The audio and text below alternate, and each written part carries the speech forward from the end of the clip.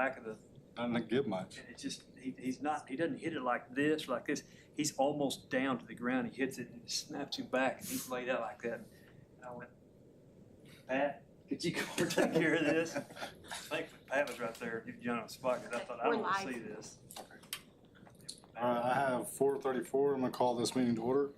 Commissioner Ray, will you give us our invocation, please?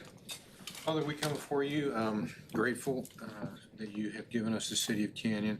We continue to ask that you watch over our first responders, and we ask that you look over and protect our staff. Father, we have a special request that you be with our mayor and his mom as she's struggling right now. Father, we just lift her up to you, and we pray for strength for their entire family. Father, we are again grateful that you have chosen us to be here. We ask for your guidance, and we ask for your wisdom. In your name we pray, amen. Commissioner Ward, will you lead us in the pledge? Sure. Place your right hand over your heart.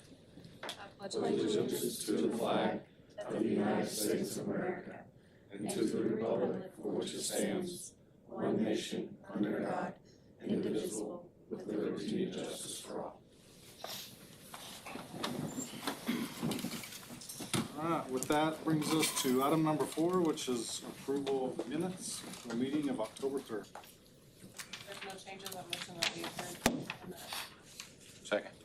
I have a motion and a second. Any discussion? All in favor, raise your right hand. All opposed? Motion passes. Brings us to item number 6, which is consider and take appropriate action on Resolution 25-2022, a resolution of the City Commission of the City of Canyon approving project funding agreement between 806 Fit LLC and Canyon Economic Development Corporation relating to business expansion in Canyon.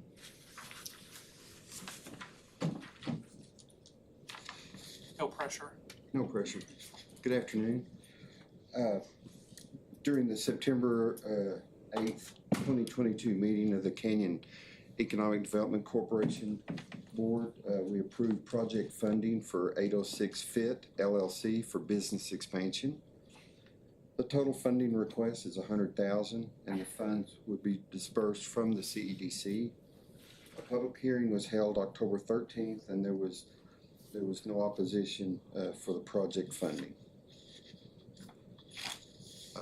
Let's see if there's any questions on this. If not, Do we have any questions for Jim on this project? What are they doing? I can't remember. they're expanding their building. It's going to be, yes, to the north. They're adding on about 4,500 square foot. Good deal. Yeah, total project cost about $810,000. Good deal. We roll nice for them. Yeah. Thank you. No action on that item. Which takes us to item number 7, which is consider and take appropriate action. City of Canyon Comprehensive Plan Implementation Matrix and Annual Report. I believe this is going to be Danny and John, tag team. The Team effort. Okay. Yeah. Mr. Wright, it's your turn to fall asleep during this presentation. Sorry, just I had to level the ground there.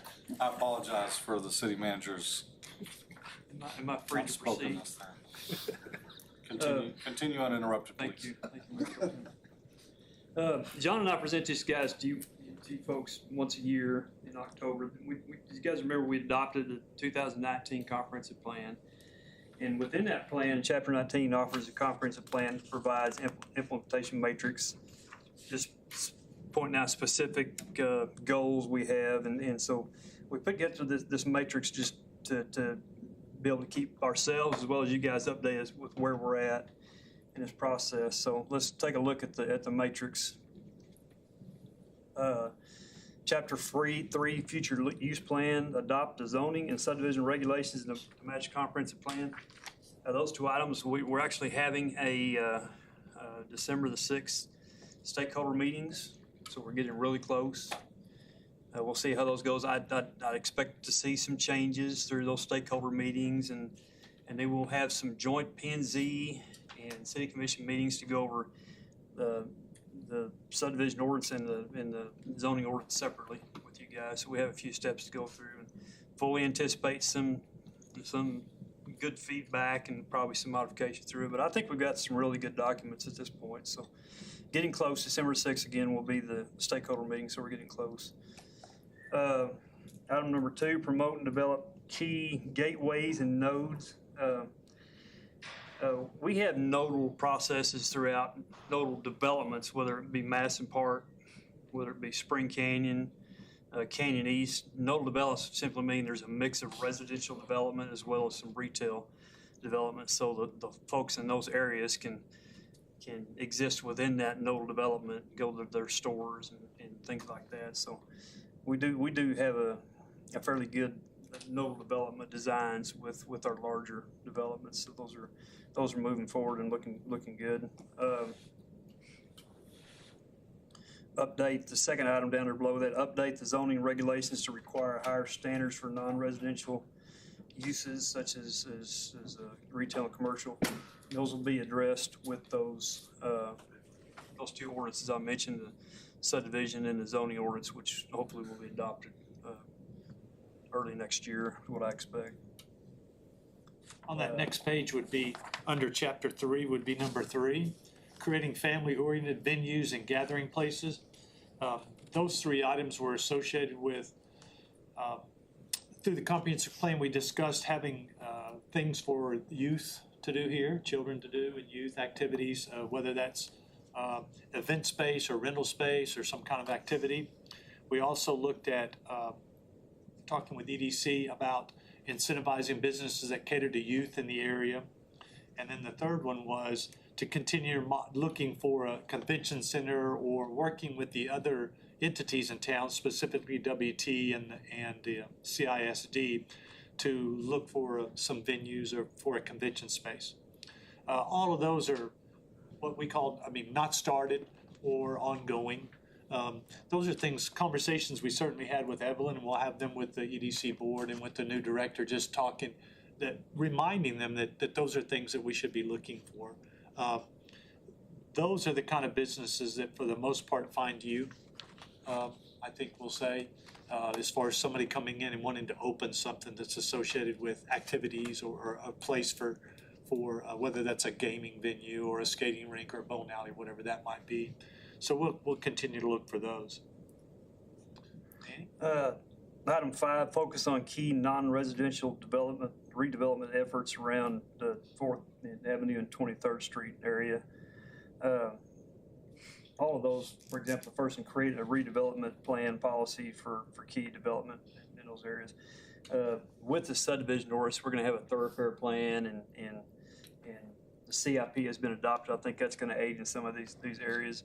And of course, working throughout that process, working with the CDC as properties become available for purchase. I feel like they'll be looking at those areas to purchase and probably bring us some higher and better uses in those areas. Adopt a specific design standards for these areas, set them apart, and that's exactly what the zoning ordinance is going to do. We already have some higher design standards, but this is going to take it to another level with those, so we'll see a lot of that. Throughout this document, you'll see me refer that the zoning and the subdivision ordinance will check those boxes. Number 6, create floodplain ordinance to protect floodplains. Create ordinances to protect floodplains. We've got an excellent floodplain ordinance at this point in time. We have actual digital map. Floodplain ordinance is in great shape. Moving along with that, we've got Freeze and Nichols is working with us to do some mitigation planning. We also have a fairly recently established regional flood planning group that meets regularly, I think quarterly, and I listen in those meetings. I think there's going to be some great information coming out of those meetings and some mitigation projects. And through those mitigation projects, I can see some useful material that may be included in some modifications to our ordinances and the way we do things here. So, John? All right, number 7, continue to develop public uses north of the square. All 3 of those are associated with Well, with the expansion that we're talking about doing, possibly a police station in the future. You all know we're meeting with Sims Architects, and we've met with them a couple of weeks ago, I guess it was. And we're looking at facilities expansion, space analysis, just trying to look at all of those kind of things. And through the downtown master plan on that second one there, we will look at branding. That's something that's important to Megan and also to the downtown master plan is branding of our facilities and also of the downtown area and all of those our specific parts of town. So hopefully you'll be seeing something of that in the near future. We'll be bringing the downtown master plan to you in December. Danny, isn't that correct? I think we're doing it with you. Fifth. Yeah, we're doing it with the other meeting. At the same time, we'll be doing all that together. So you'll be seeing the downtown master plan at that time. That plan is currently on our website along with both of the documents that Danny's been talking about. We have already put out through our media and press releases. We've put that information out that the downtown master plan is out there, and then both these other studies or plans, subdivision ordinances and zoning are out there. We're encouraging people to look at that. We have already pushed that out to various individuals too, so that they're going to be aware of that, because we want people to participate in that. And the downtown master plan will bring in some signage and be looking at that. One of the sources for that could be our BCD. Our hotel tax is able to pay for signage that assists tourists and others to move through town and get to the locations that they could be looking for. Danny? Number 8, promote rural land uses that have limited or no city services. And this will be part of our ordinances we've been talking about with the zoning and subdivision ordinances.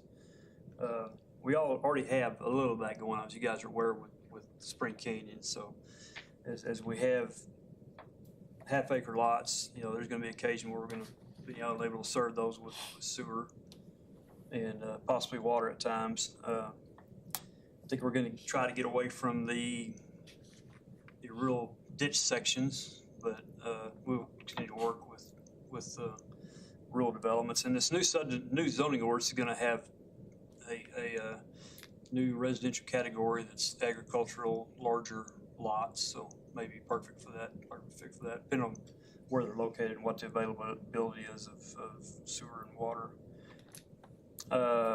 John?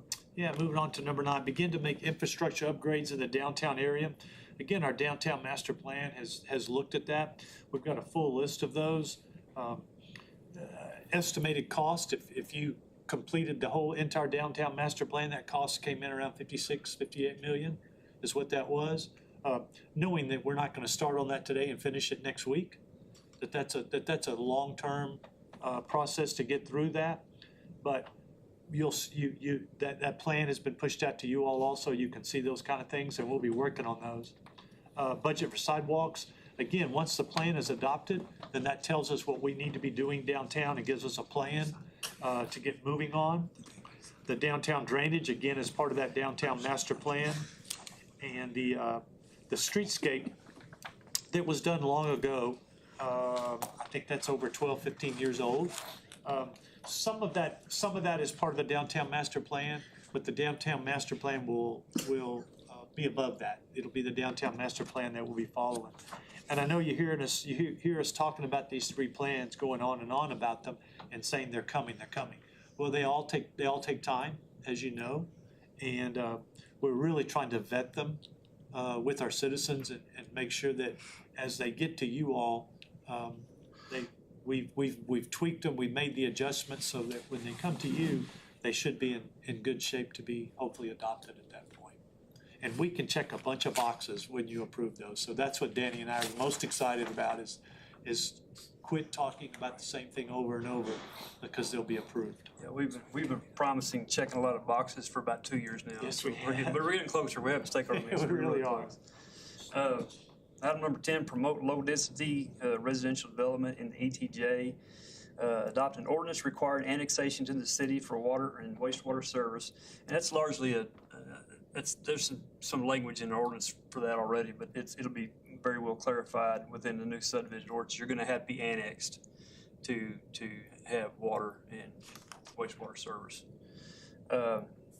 Through the subdivision regulations require the same level of standards in the ETJ that are required in the city, and we did approve that ordinance, and that's ordinance number 1100, adopted back in 2018. Studying the feasibility of annexing some of the recommended growth areas in the next 5 years. We've been really handcuffed by the state legislature a couple sessions ago, where our ability to involuntary annex is non-existent pretty much. We're gonna have to have, it's got to be voluntary annexation through several different processes and possibilities, but avenues, but in the end, it's up to us to reach out to those individuals. As we talk to developers, we'll talk about annexation if it's mutually beneficial for us to do so. So that's kind of changed when this came out, but still out there, just can't do it without it being voluntary annexation. Expand light industrial uses along Highway 60. It talks about rezoning vacant land in this area to light industrial, and CEDC has purchased some property west of 15th on Highway 60. You guys may be aware of that. The Tex Randall and some property, I call it the Taylor property, they bought some of that over there. Really don't want to annex to rezone that at this point until they have a tenant, a purchaser, and we will rezone it appropriately at that time.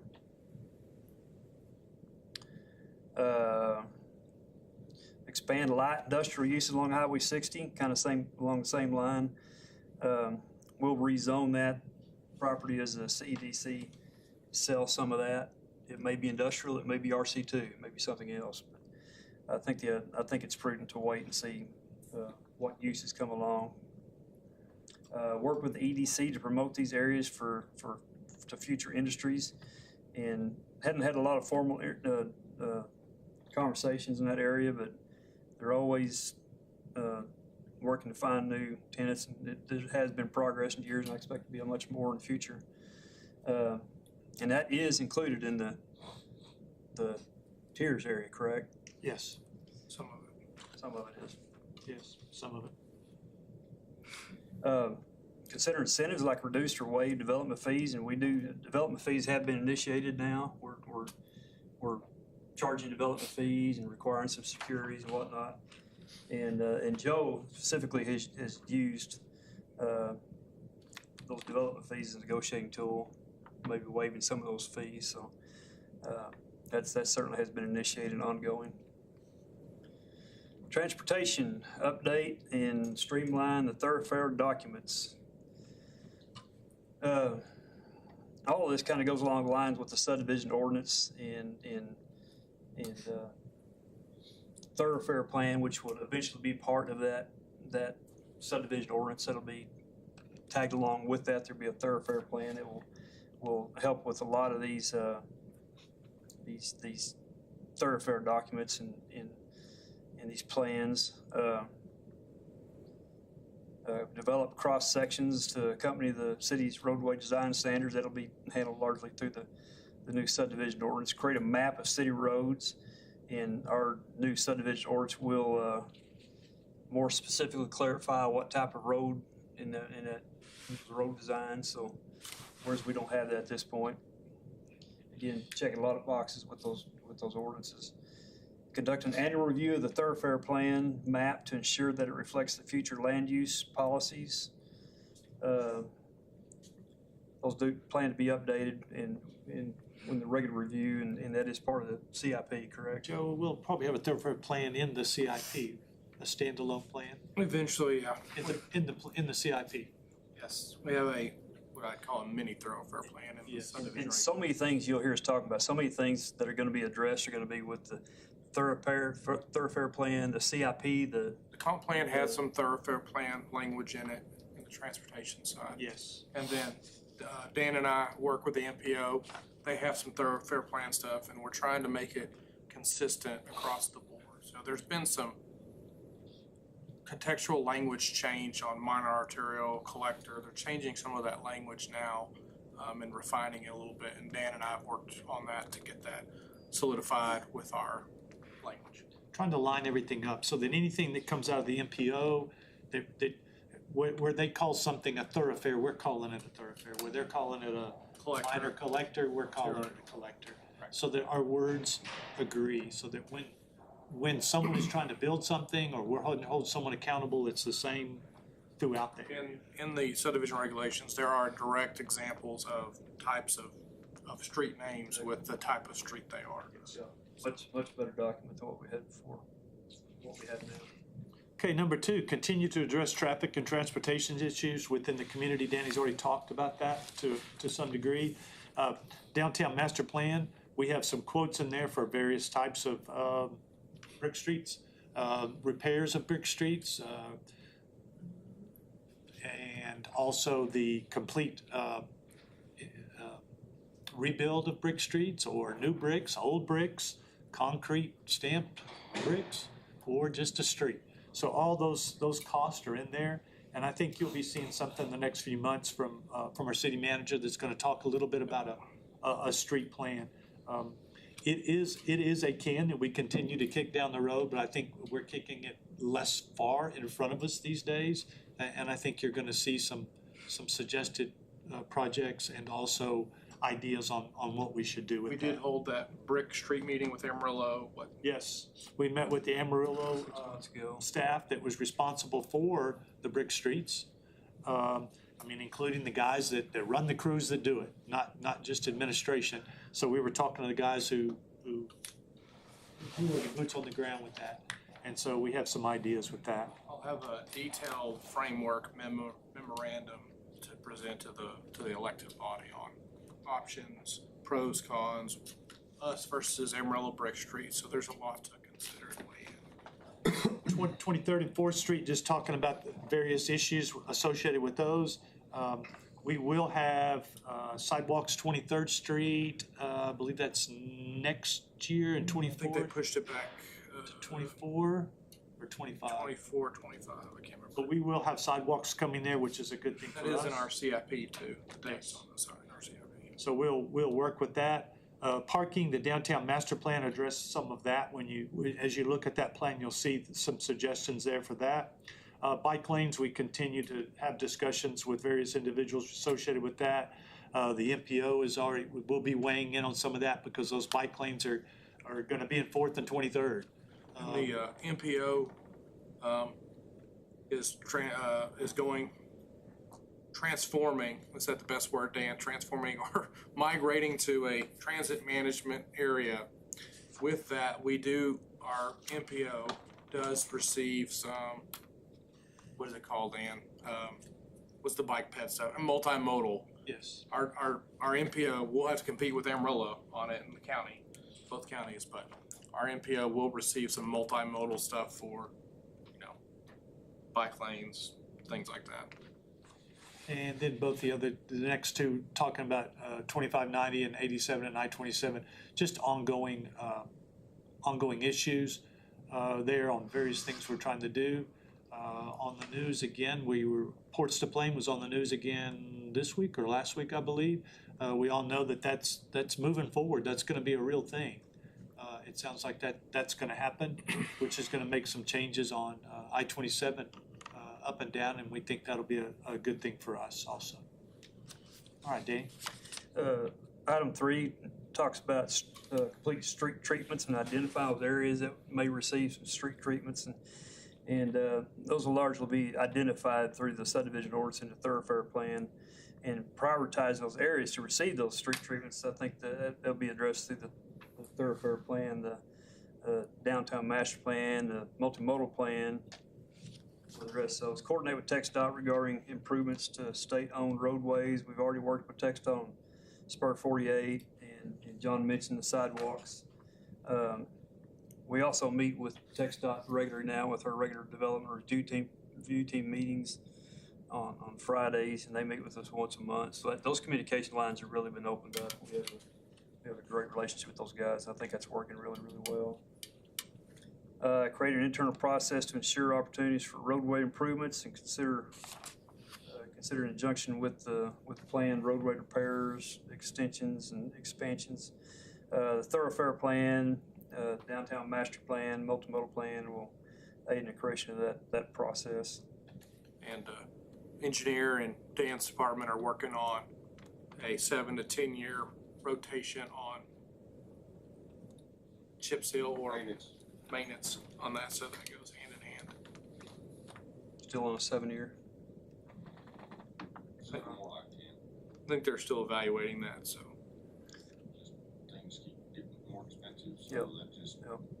without increasing the budget for the maintenance, it's just gonna push things out further.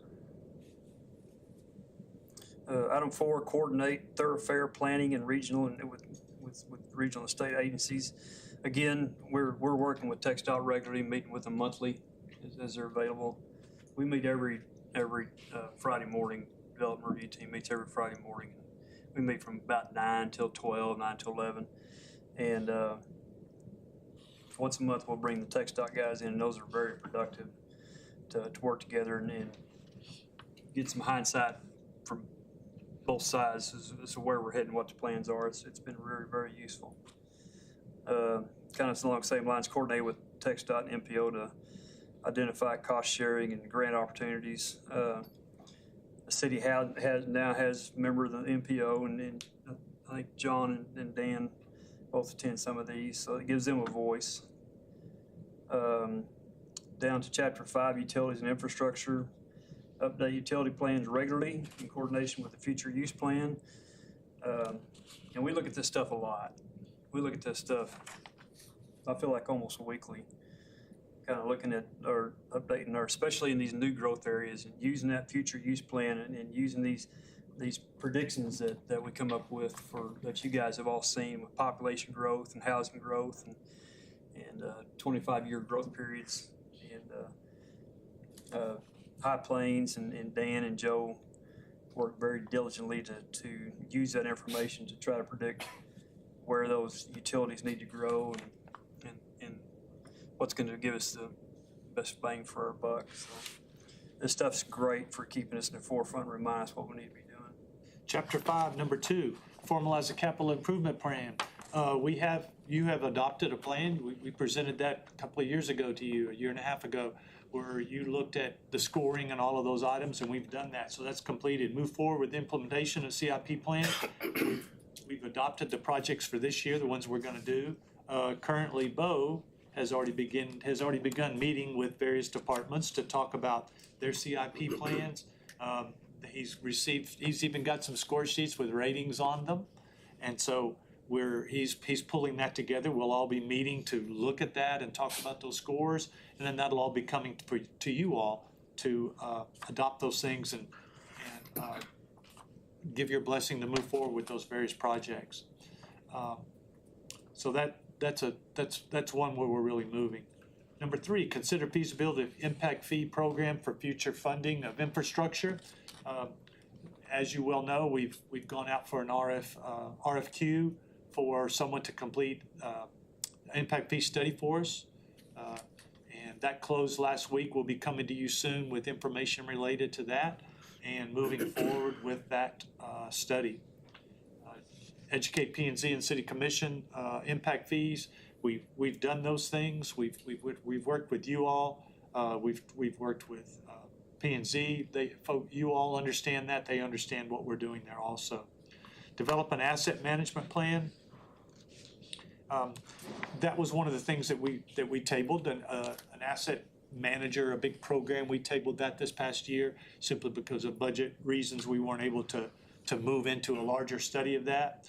So some things that we want to do out of that would be a street condition, water and wastewater condition inventories, and then along with that would come out, they'll be in the CIP, but ranking of those studies that come out. So right now we've got that asset management. Ranking of the projects, Yes. not the studies. No, not the studies, but the major process, hiring someone, moving in that direction is kind of put on hold, but we're doing those things. Those are all things that we have to do our scoring will reflect how we feel those streets need to be prioritized and where we need to go there. All right, Danny. Chapter 6, Item 1, monitor growth and plan for public facilities as needed to meet the population demand. And as you guys have seen, we're constantly monitoring our population projections and trying to track those as well as predict where it's going. So we'll continue to do that, and I think that's been very helpful with our engineering and public works guys to try to predict where our growth areas are going to be. Right now, we're talking about west and north, trying to serve those areas which you guys are involved with. And it's very important to have some good data trying to predict where those are going. So that's all ongoing. Adopt standards for each public facility type that operates in service area. I don't know that we've done any action on that at all. That's something we need to look at. Budget for new and updated public facilities and a capital improvement program in years to advance the population growth. CIP's been adopted. As I say, we have ongoing, almost weekly discussions about related to future facilities, and that facility expansion plan is included in the CIP. Implement plans for a new police department. That would be new police department structure or building, not a whole new police department. We're not going to wipe out our police department and replace it yet. So we are currently working with Sims Architecture and a firm from Florida to look at what we need in a police department, space study, and also improvements and renovations in this building. We have opened Pandora's box, and we're at the stage where you put everything in it. We're working on everything's there, and then we'll come back and say, what do we really need? What can we afford? And we'll be bringing that information to you all in the near future. It takes care of the police department. Maintain high-quality standards for all public facilities. For all new facilities, follow updated non-residential design guidelines. And I think what we're doing that as we talk about the police station or renovations in the fire department or renovations in this building. We know that we're not talking about residential grade improvements. We're talking about that these are institutional facilities and they need to last like an institutional facility does. Knowing that if we build something, we're going to be in it for 50 or 60 years. We may renovate it or we may add on to it, but we're going to be there. Just like the school district builds something that way, and we built this building that way. So we'll be working on those things and bringing that to you. Number 4, coordinate with the Randall County about the future of the courthouse. I have not had any personal conversations on that in the last couple of 3 months, but I bet Joe's had a conversation at some point in time related to the courthouse. It is a constant issue. Our agenda when we meet with the county always includes what's up with the courthouse, where are we, those type of things. So we put on here not started, but we are. That's a constant process. That's an ongoing thing. We still have not heard back from the county on their study of the facility. So we don't know exactly what their most recent study is going to say about that. Danny? Chapter 7, neighborhood, housing neighborhoods. Item 1, protect existing neighborhoods, develop infill standards to maintain a look and feel of the existing neighborhoods. And the zoning ordinance will address some of that. Of course, we're going to update the zoning ordinance to ensure adjacency standards. There's going to be, definitely through the zoning ordinance, there's going to be more clarity on buffering and trying to address those adjacency standards between retail and residential. We lost our uses. masonry requirement due to state law change. We're going to be able to have it in the Main Street designated districts, and thankfully Lois Rice really extended that beyond the square area, But not in existing neighborhoods. no. So That's exactly I've had a right. few conversations with our mayor about some of the infill housing siding. I said, there's nothing we can do about it. And you've seen the results of that already in town, Yes. and that change. Yeah, and that's a lot of that comes. Exciting. That state legislature has prohibited us from denying any material that's allowed by code. But there is an exception for historical districts as well as an exception for Main Street districts. So that gives us most of Fourth Avenue and most of 23rd Street as well as the square. So that'll continue to be addressed. We added some more things to those Main Street districts, but yeah, very limited what we can do within those areas that you guys are seeing in the original Town of Canyon areas.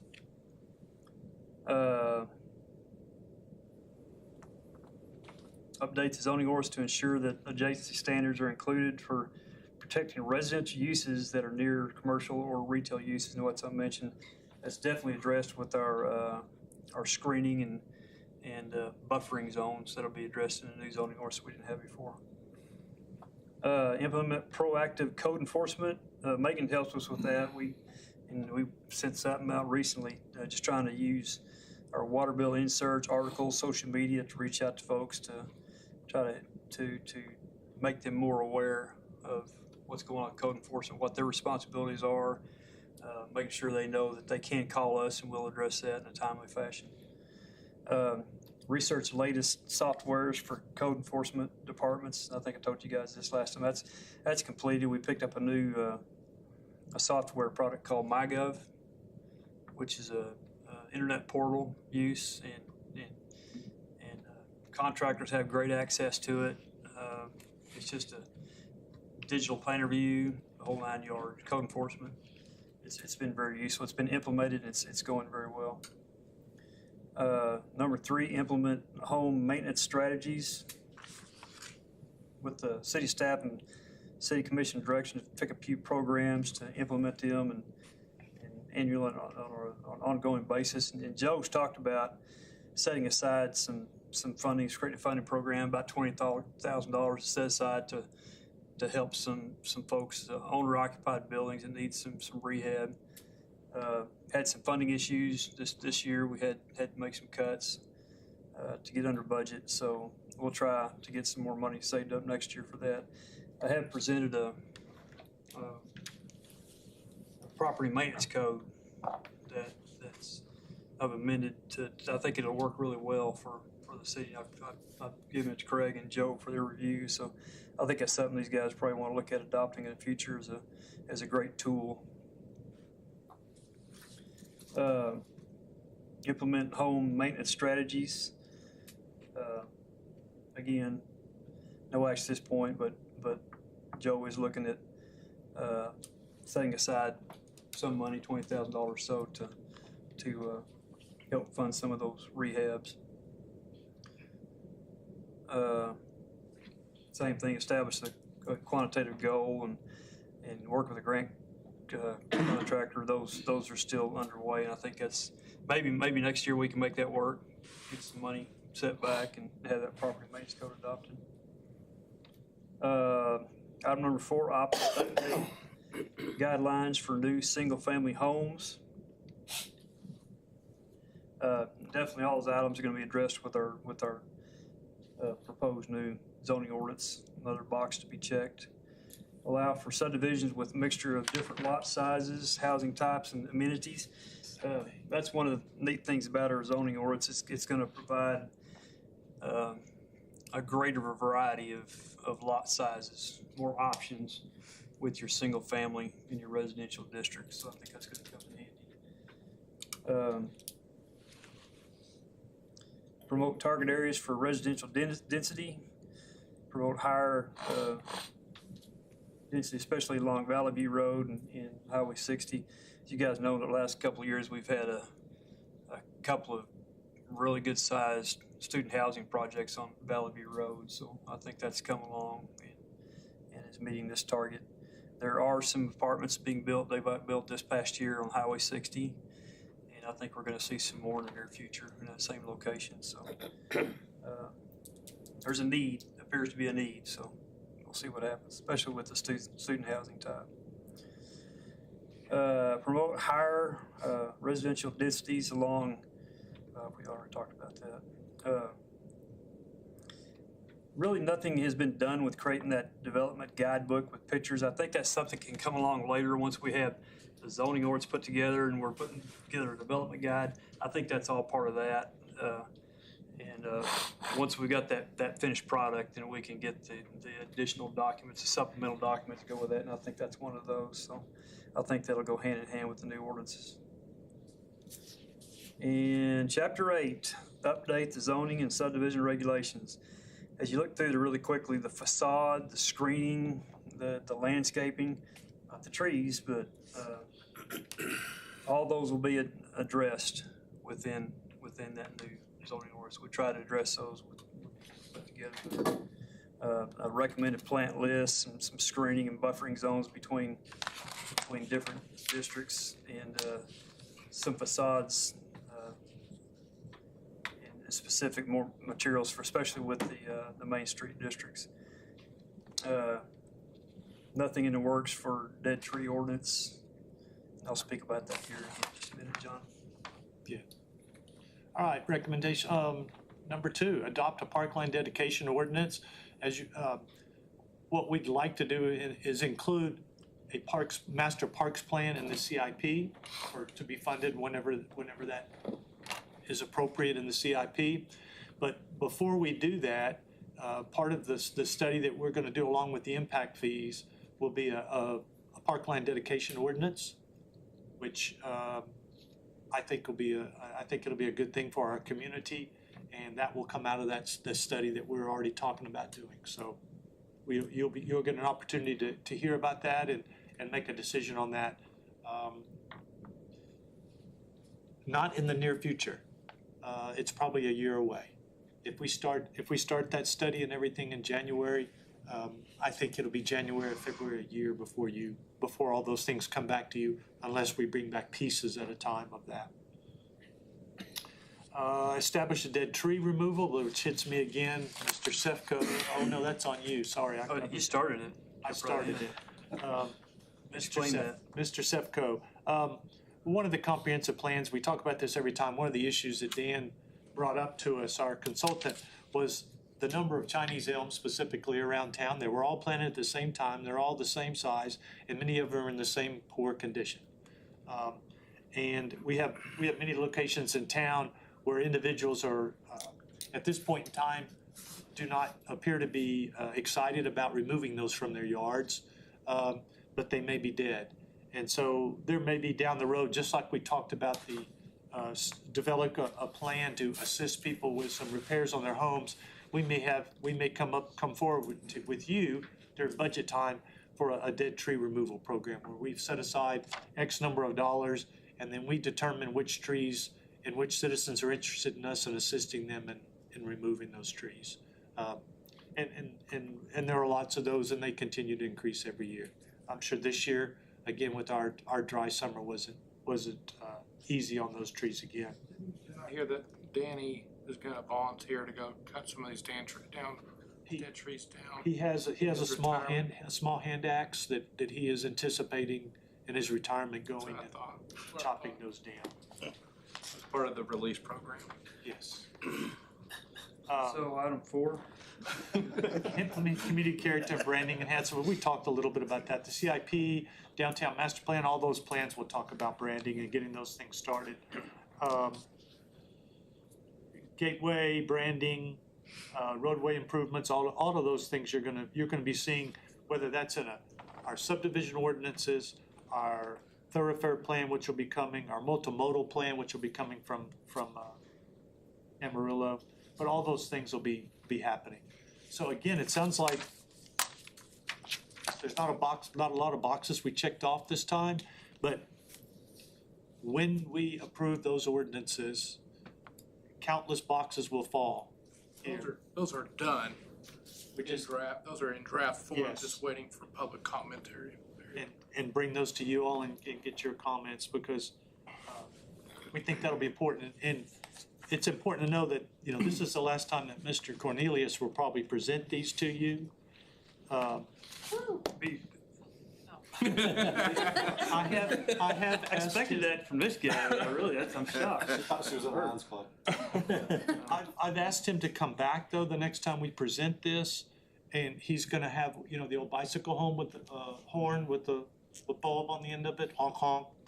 And so each time we hit something, Danny, he's gonna squeeze that horn each time we hit one that we've accomplished, that he was associated with. And I appreciate you volunteering to do that. That was a really creative idea of yours. Amen, John. Yes, thank you. Hey, I really appreciate you doing the heavy lifting on this. And I apologize for them people beside me making light of your years of service and throwing axes I and think he's horns talking at about you. Them, I hit the them people. throwing axes and horns at your many years of service. I for one, appreciate it, and they've all been just as good as that presentation. So, thank you. I don't know how to take that. If I may take this opportunity, we will be having a retirement reception for Danny at the library November 10th from 4:30 to 6. Sweet. That'll be a party. It'll be a party. Thanks, Danny. Do we have any further discussion on that item? All right, that will move us on to item number 8, which is to consider and take appropriate action on the purchase of the old vacuum excavator. Yeah, good evening, thank you. New fiscal year has begun and staff is excited to start making purchases that were included in the budget. One that we're gonna look at here is the vacuum excavator from the street department. This piece of equipment will help kind of make things more efficient when putting in new traffic control signs and potentially lower the risk of damage to underground property such as sprinkler systems. Like I said, this was a budgeted purchase in the 22-23 fiscal budget. We had $60,000 budgeted from the capital fund to make this purchase, with 10 payments being made from the utility fund over the next 10 years back to the capital equipment fund to replenish those funds. New piece of equipment should last 10 to 15 years depending on the demand and maintenance. Well, do we have one of these now? We currently have one being used in the water department, but not in the street department. Pretty similar? I can allow someone else to speak to the similarities there. Brendan? Yeah, they're very similar, pretty much the exact same thing, different brand of equipment. Gotcha. All right. Do we have any discussion or a motion? I move that we authorize the city staff to purchase a vacuum excavator. All right, Commissioner Ward makes a motion that we authorize. Second. Mr. Ray seconds. Is there any further discussion on the item? All in favor, raise your right hand. All opposed? Passes 4-0. Thank you. That moves us to item number 9, which is consider and take appropriate action on the purchase of a sewer pump assembly motor. Yes, thank you again. The next large purchase is a part of the lift station that pumps wastewater to the treatment facilities. We currently have 3 in use, one that is reaching the end of its useful life. We want to get ahead of that and know that if something were to happen, our services won't be interrupted, that we'll have the equipment ready to go on hand. This is considered a sole source purchase. It has not been bid. It is not part of a cooperative agreement because it is coming from the same manufacturer as the rest of equipment currently in use. Depending on maintenance, again, this should last about 10 to 15 years. The budget amount was almost $62,500. Quoted price comes under that at about $56,000. Great. I'll entertain a motion. I'll move that we authorize the city staff to purchase a rotating pump assembly with associated adapter. Commissioner Ward makes a motion to approve. Commissioner Ray seconds. Any other discussion on this item? All in favor, raise your right hand. Any opposed? Pass 4-0. Moves us to item number 10-ish, 10/5, which is public comment from interested and/or interesting citizens. Nobody has signed in, Mayor Pro Tem, but I would like to introduce Brandon. He is with WT Student. He's our representative, and I believe he's going to be attending our meetings on a regular basis. Fantastic. I hope they're short. Anybody else want to make public comment while we're here? Well, meetings being shorter. Yeah, oh, yes. All right, that moves us to item number 11, which is to executive session pursuant to 55-1.071 consultation with attorney, 55-1.074 personnel matters, EDC director, and 55-1.074 board appointments, CEDC. That is item 10. Ish, yes, we moved them all around. So. All right, I'm at 524. 524.